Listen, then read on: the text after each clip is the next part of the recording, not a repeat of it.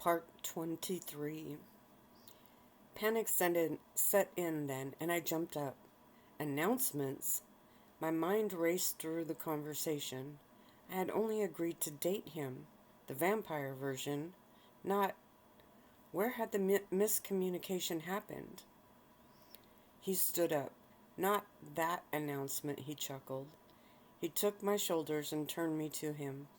I know you don't spend a lot of time outside of these walls, and I'm a bit old-fashioned about some things, but when two vampires are exclusive, it's announced, he shrugged, to let others know that they're off the market, so to speak. Oh, I smiled.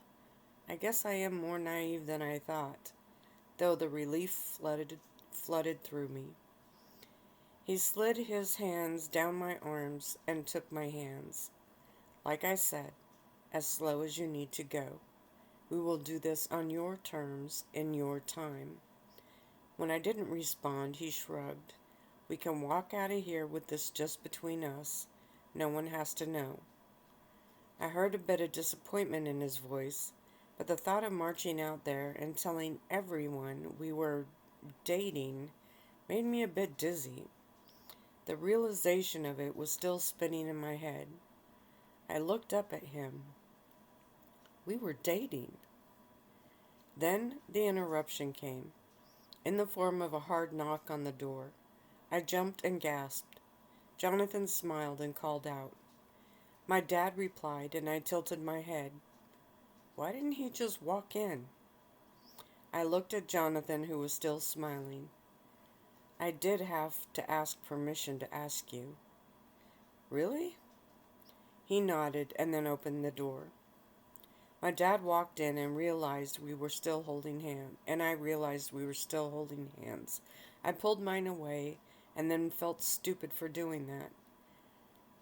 I never wished my dad found another wife, but right now I could really use a motherly figure to talk to. Then I remembered Paige's offer and wondered where she was right now, this very minute. As my dad crossed the room, his smile was wide, and I wanted to hide from it. Great. How many other people knew that Jonathan had brought me in here to ask me? Oh yeah, track. I glanced at the door behind him, but no one else came in. I had a hard time meeting my dad's big grin. I felt like a little girl, and I wanted to shrink away somewhere. I knew I should be happy. In reality, I was. I did like Jonathan. I had no regrets, but some part of me still felt so odd about it. My dad was watching me, and I looked down at my feet. I realized I was wearing my fuzzy black slippers. I thought you might have some questions for me, he stated. He couldn't be serious. Wasn't this embarrassing enough? About the council meeting and the security, he added with a chuckle. Oh, that. Funny how my safety seemed so irrelevant at the moment. Dating. Now that was something. Wow. I was dating. I stole a glance at Jonathan and tried to put the term boyfriend with what I was seeing. I smiled and realized I just might like that. Jonathan smiled down at me, and then my dad cleared his throat. Oh yeah, my life being threatened. I guess I should find out a little bit more about that. Funny thing though, I couldn't think of a single question, outside of what exactly were the steps to this dating thing. Panic hit then, and my eyes widened as I started to remember just what dating meant in the vampire world. My dad frowned and reached out for me. It's going to be okay, sweetheart. We have more werewolves coming in to watch the manor during the daylight hours. Michael has called in more guards that he feels he can trust. I frowned. Actually, I was thinking about the whole first kiss thing. I put a hand on my stomach and hoped that Paige was as open and cool as she seemed to be. My dad walked me to the couch and sat me down. He grabbed a chair and pulled it over in front of me, Jonathan sitting next to me. I couldn't look at either of them. I had never kissed a boy. I chewed my lower lip. Well, there was that one time. with track. But we were little, and it was a dare. The pecks we gave each other now when were like when my other pack brothers kissed me. It wasn't the same. My breathing became erratic and my head spun. I didn't know a lot, but I knew how important that first kiss was. Even the humans had whole books and movies centered around it. Sweetheart? I blinked. By the look on his face, he must have just said something, but I had no idea what. His eyes narrowed. Reina, maybe I shouldn't have told you. Gads, really? We? Since when did me dating Jonathan become a we thing? Oh, that's right. These two had been getting to know each other for the last year.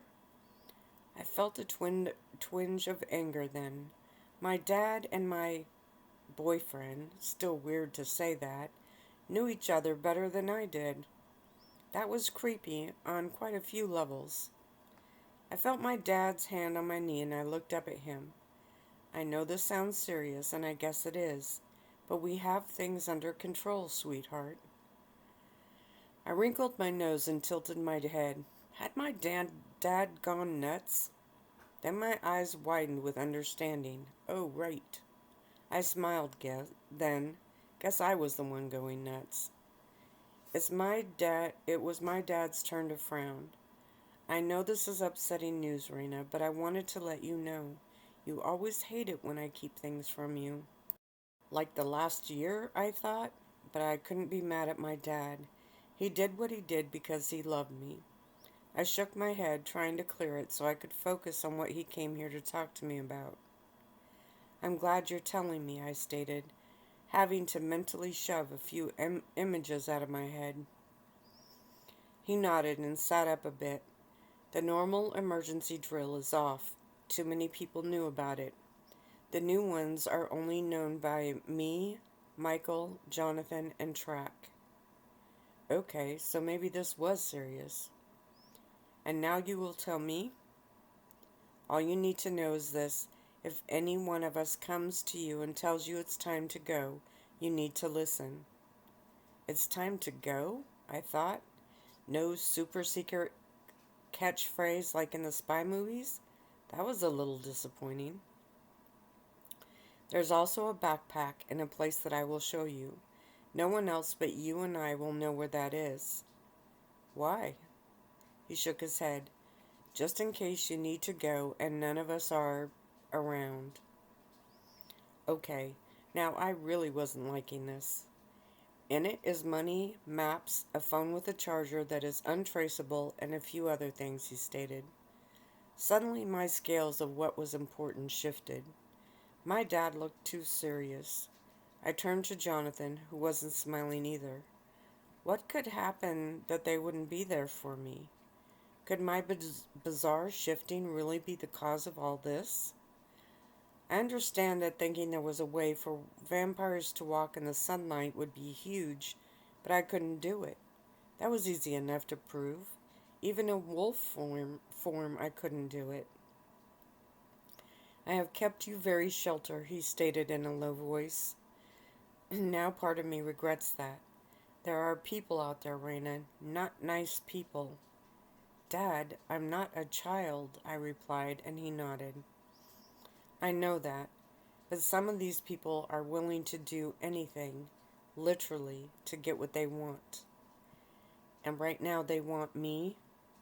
They want what they think you can offer them. But I can't. They don't believe that, Reina. It was Jonathan that made that comment, and I turned to him. They think we're lying, hiding what we found out about your abilities. My abilities, I snapped. I don't have control over what is happening to me. He nodded. We know that, but like I said, they don't believe that. The council? Most of them do believe it. I turned back to my dad that had answered. Some demanded proof. They wanted to see the tapes, review the doctor's information. I refused. They can either take me at my word or leave, he stated, his jaw tight. How many left? None, he snapped, looking away. They all want to stay. They want to be a part of this in some way. Jonathan nodded. A couple are sincere and want to help. The rest are just greedy. He let his hissed words trail off. Can this really all be because of me? I asked, still amazed. My dad nodded slowly. It can, and it is. Unfortunately, the hope of what you might have in you is driving logic, common sense, and ethics from too many minds. I swallowed hard. A fear trickled through me. What will they do? Nothing now, my father snapped. I'm still a force too great to go up against, but there are those that would like nothing more than to get a hold of you. You mean my blood? The fear was doing more than just trickling now. You said they wanted my blood. I was looking at Jonathan. He gave a short nod, and I looked back at my dad. They would settle for that, but they would rather have all of me, I stated, the weight of it hitting. Why settle for one vial of blood that may or may not contain the miracle? If they had me, they could have it all. I leaned back on the couch, thoughts of a first kiss now long gone. Dead or alive? I asked. What? My dad shot out, his head lifting. Do they need me alive? Or can they get what they need if I'm dead too?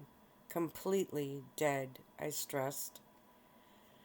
Reina, look, I'm only telling you this much because I want you aware. The chance of anything actually happening is real enough that you told me, I shot back, standing up. It's real enough that the council is here, that you put together these plans. Slow down, Reina, my dad said, a little more firmly. For some reason that helped. When he sounded like he was in charge, I felt safer. I didn't like it when he sounded so worried. He was my dad. He was worried, then it was major. These are all precautions, don't forget that. Our world, those of non-human races, are still adjusting to the news that has leaked out and turned into wild stories. Things will escalate, but then will taper off. Right now, you are new and exciting news. Once the council sees that these rumors are just that, they'll spread the truth. Or at least something more closely related to the truth, he chuckled when he said that, and I eased up a little more. Now you, my dear, are old enough to handle this information. I nodded, watching him closely. He smiled. Good. Then do you have any questions? Is there anything that you want to tell me? He threw the last part in to make me forget about the first, and it worked. I stiffened. Well, I stammered. I knew even though Jonathan said we would go as slow as I needed, that it was important to him. After all he had been through because of me, I had to show some sign that I wanted this too. I realized I did want it. Jonathan asked me how to word this. I frowned. What was the term? He asked me to date? I didn't mean it as a question. I just wasn't sure of the term, and I looked at him. He looked a bit hurt, so I quickly shrugged. I don't know what the right term is. Jonathan smiled then, and my dad chuckled. There have been many terms for it. Courting, going steady, dating. Dad, I whispered, and he smiled. So you say he asked. Did you give an answer, or did I come in at the worst possible time? He said, smiling. As much as I loved him, he was so a dad sometimes. I squared my shoulders, ready to show Jonathan that I was happy about this, when Jonathan replied, We are going to take it slow, Mr. Beldrin. My eyes widened, and I shot him a hard look. He had changed his mind. I had said yes, and he was changing his mind. I couldn't believe it. After hearing what my father said, he must have realized what he was getting into, and he was backpedaling fast. I opened my mouth, part wanting to call him on it, part wanting to tell him off. Instead, I stood quickly, looked at them both, and then stormed out of the room. My dad called out after me, but I broke into a run and turned down the hall. I heard Michael's footsteps behind me, and I ignored them. I ran down another hall and up the back stairs. There was a place I went when I was little. It was my secret place. Actually, it was an old closet that had been walled over, but it would do. I raced up the last flight of stairs, ignoring Michael as well. I pushed on the creaky board, slid it out of the way, and wiggled in, which was harder now that I was older, but I didn't care. I got through, lost my slipper on the other side. How very Cinderella-like, I growled. I reached my arm out, trying to feel around for it. Unlike that human story, I didn't want my shoe to be found. Suddenly, I felt it being put in my hand. I grabbed it, bent down, and shot Michael a hard look that he didn't deserve, and then I slammed the board back in place. I coughed as the dust flew up around me, then growled hard as there was a light tapping on the board. I yanked it aside, and Michael handed me a thermos.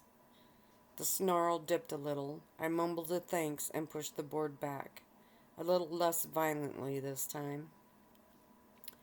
The closet had seemed much bigger when I was little. It was pitch dark, but my eyes adjusted quickly. I heard Michael walk off, and I turned and walked over to a corner, which was all of about 2 steps. I slid down the wall and put my knees up to my chest. I had just made a complete and total ass of myself. He had gone through all of that, put me through all of that, and then changed his mind. I wrapped my arms around my legs and laid my forehead on my knees. I would never speak to him again, for starters. Even though I couldn't really blame him for not wanting to date someone like me, he knew everything before he asked. My dad wasn't saying anything he didn't already know. He knew it all before I did, I hissed into the darkness. He knew what was going on. He knew, but he let me sit there and make a fool out of myself. I moaned as I remembered thinking about the first kiss and about talking to Paige. I say yes, and then Dad comes in, and suddenly he changes his mind, I snarled, wishing I had a few of my old dolls up here, or Wolfie. It was easier to vent when you had a stuffed friend that would listen and not comment. Taking it slowly, I hissed in a tight voice, bobbing my head from side to side. How about so slowly it isn't even happening, I growled at the far wall. I stiffened when I heard Michael's voice, and then Jonathan's. Michael was talking much louder than he needed to. I am sorry, Mr. Hilvar. Reina is unavailable at the moment. That made me chuckle. It sounded like I was getting my hair done, instead of sulking in a hidden closet filled with dust bunnies and cobwebs. I just want to talk to her. Then you should wait until she is ready to talk, came my bodyguard's deep voice. I will let her know you stopped by. Stopped by? He had followed my scent, or Michael's, up to the top of a rarely used hallway, but Michael sounded so relaxed that I smiled.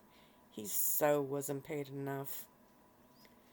Reina, please let me talk to you, came Jonathan's raised voice. Oh, he shouldn't test Michael's temper. I had only seen it unleashed twice, and it wasn't pretty. I would be lying if part of me wasn't glad that he came after me. It would have hurt if he would have shrugged it off and went about his business. But that didn't mean I was going to make it easy for him. Reina, if you would just let me explain. I heard Michael's voice again. This time he kept whatever he was saying so low I couldn't hear. That made me cringe. I could only imagine the threats he was whispering. Reina, I thought I was saying what you wanted me to. I gasped and slapped a hand over my mouth. Jonathan's voice was closer now. He was at the end of the hall, only a dozen steps away from me. Had Michael let him do this? Why? I felt a little betrayed, but I also felt a pang of something. That Jonathan was sitting out there, trying to talk to me, was, well, it was hard to explain, but it made me hate him a little less. When you didn't answer your father, I thought that you regretted what you said, and I thought I was helping you save face. What? I shouted and then slapped a hand over my mouth. I said that out loud. Crap.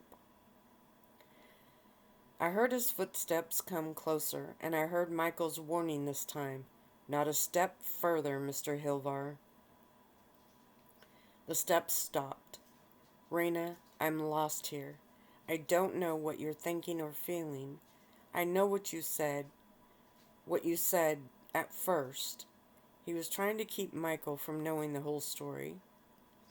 But then you had all those questions, wanted all those answers. I just thought that the hallway went silent. I'm sorry, Reina. I thought I was doing what you needed me to. His voice filled with sadness and frustration. I was looking at the wall that he stood on the other side of.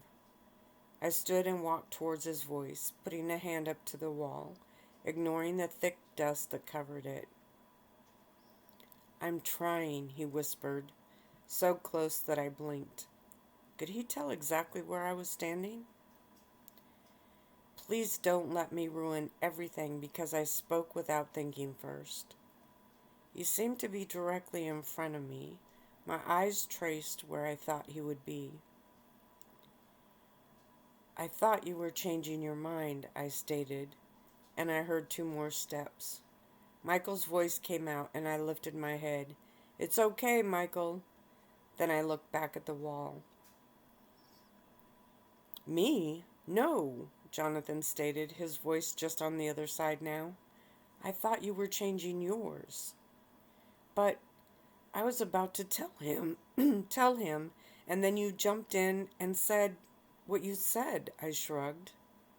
Yeah, I should have kept my mouth shut, but I thought you were pausing to find a way to say that you had second thoughts. I was trying to make it easier for you. I chuckled. I see. Why would I be the one to have second thoughts? I felt the board move a little against my hand. He must have been leaning his back against it. Let's see. We could start with the last year and work from there, he chuckled. We were still speaking in code, but I'm sure Michael knew. If my dad drugged Jonathan through a year-long process, I was positive that Michael was involved as well. I know that I picked a bad time to discuss it, he stated, and I nodded, unseen to him. There was that. I shouldn't have run out, I said quietly. That did make explaining myself a little harder, he chuckled again. I smiled. I've just never... This is new to me. I thought that... Wow, I was stuttering again. Do you think I could come in there, or you could come out here? It's kind of odd talking through a wall. When I didn't answer right away, he tapped the wall. Okay then, I guess this has its charm.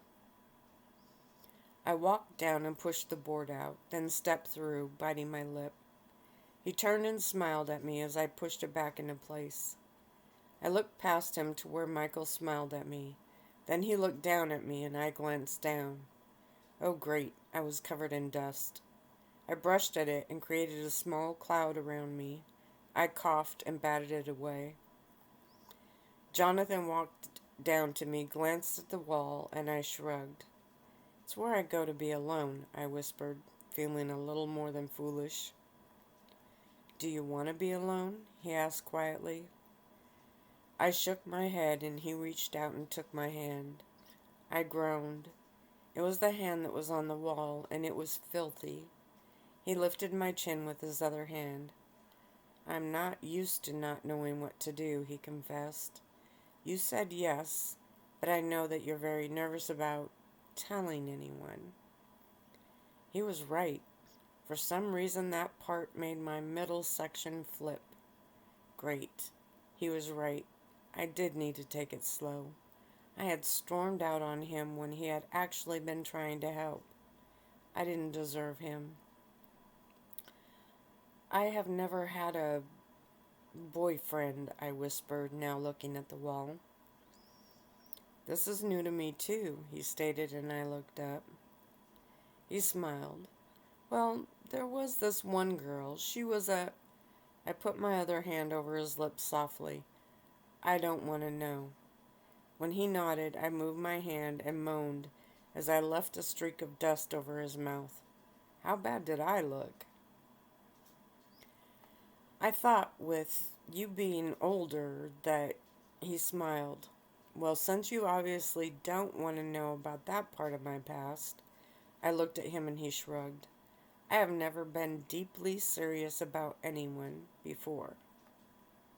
Then there was that odd feeling again. Not a bad feeling at all, just odd. He moved closer to me. Tell me what you need me to do, and I'll do it. All I want to do is make you happy, Reina.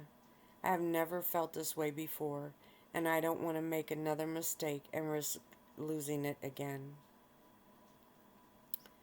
Chapter 15. No, our talk didn't turn into one of those romantic kisses. In fact, we both kind of stood there, not saying anything for a few minutes. Finally, I smiled up at him. I'm sorry I ran out like that. He grinned down at me. How about we forget it happened? I nodded and he took my other hand. So, what do we do now? He asked, and I balked. So you expect me to have all the answers? He smiled. I shrugged. Well, you're older and have been out there more. So, yeah, I guess I do. He clucked his tongue and nodded. Well then, as the older and wiser of us, he winked, I say that we promise not to run out on each other, and we're honest with each other and ask questions when we aren't sure what the other one is thinking. Wow, that's a lot of rules, I sighed theatrically, and he laughed and moved closer to me. So now, I thought this was it. Here comes the first kiss moment. I'd always hoped it would be a bit more romantic and that I wouldn't be covered head to toe in dust and cobwebs. Suddenly I didn't care. My eyes were locked on his. And then, just like in the movies, his cell phone went off. I jumped and he growled. He reached a hand in his pocket and pushed something that silenced it. I went to take a step back, but he put his arm around my waist and pulled me back. I'm not crazy enough to let this go, he smiled. Then he did lean down and kiss me. His lips were so soft, and I relaxed as his other arm went around me.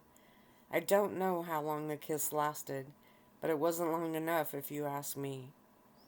He pulled back slowly, watching my face, and I smiled and reached up, putting my arms around his neck. This time, I pulled him down to me and kissed him. I barely heard Michael clear his throat, but Jonathan did. He moved his lips away just a few inches, keeping us nose to nose. I think it's your father, he whispered. That snapped me back into reality. My lips were still tingling, but I pulled my arms down and stepped out of his quickly. I cleared my throat and straightened my shirt that was filthy. Jonathan smiled, and we both turned just as my dad walked around the corner.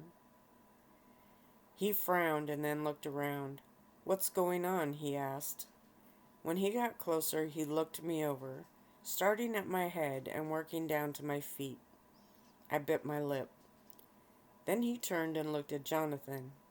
Oops.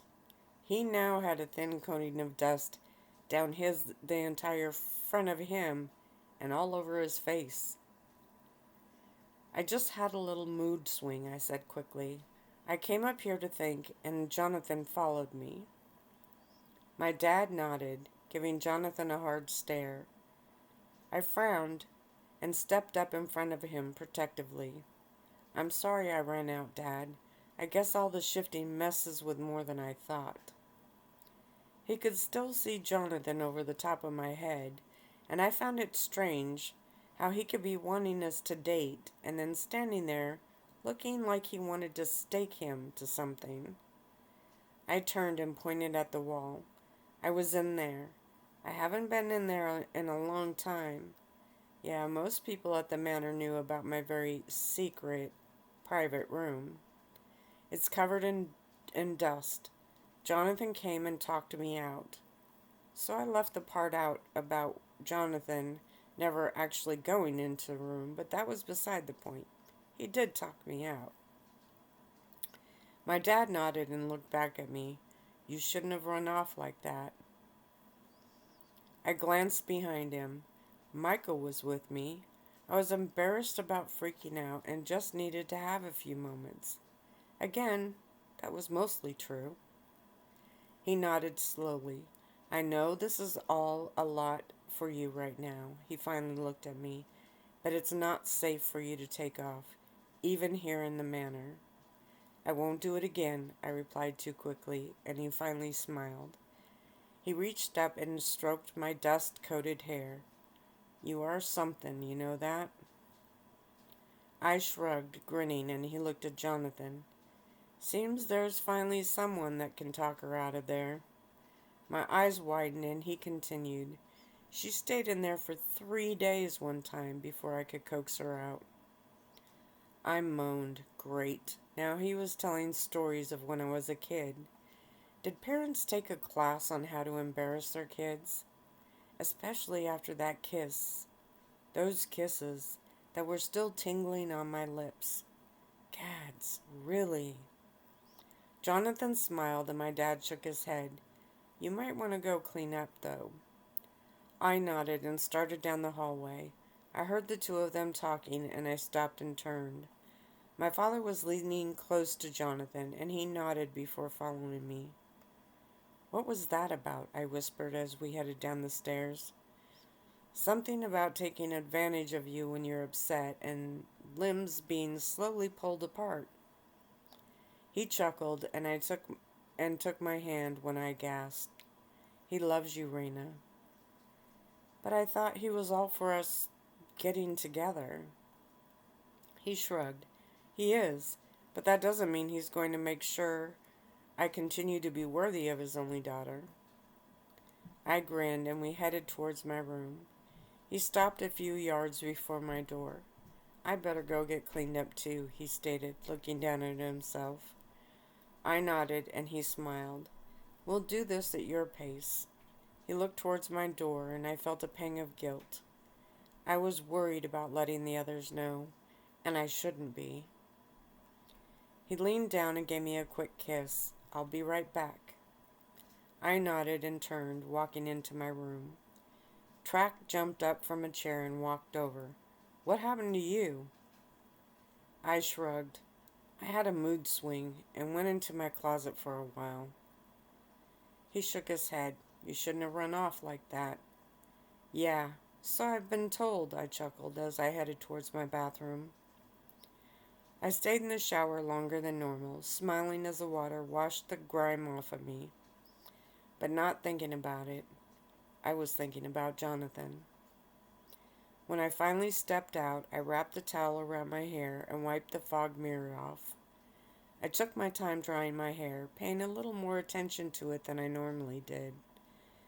Then I turned to the hooks and the bench and realized I didn't bring in any clean clothes with me. Great, I huffed. I really needed to have a door to my closet put in this side. It had never been a problem before. I looked at the door and rolled my eyes. When I peeked out, I saw Jonathan standing next to the doctor, going over something in a file. He looked up at me and I waved him over. Any way you can clear my room so I can get some clothes? I whispered, keeping behind the door. Track stepped up behind him and handed me a stack of clothes. Thanks, I said quickly and disappeared back inside. It wasn't unusual for Track to help me pick out my clothes, but him getting my underclothes was a bit much. I stepped into my jeans and then pulled the t-shirt on. I looked down at it and rolled my eyes. It had a large wolf print on the front.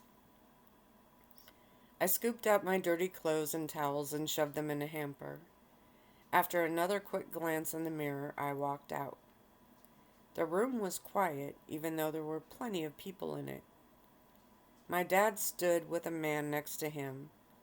It was Jonathan's dad. What was he doing here?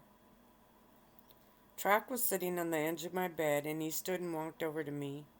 "He's the only council member your dad's willing to let in here," he whispered, showing that he agreed with that. "Oh," was all I could say, though I really hoped they would send him out when I shifted. Having your boyfriend's dad see you go through that was a horror I didn't want to think about. My dad and Mr. Hilvar walked up. Trax stayed next to me. "Reina, you remember Anton, Jonathan's father?"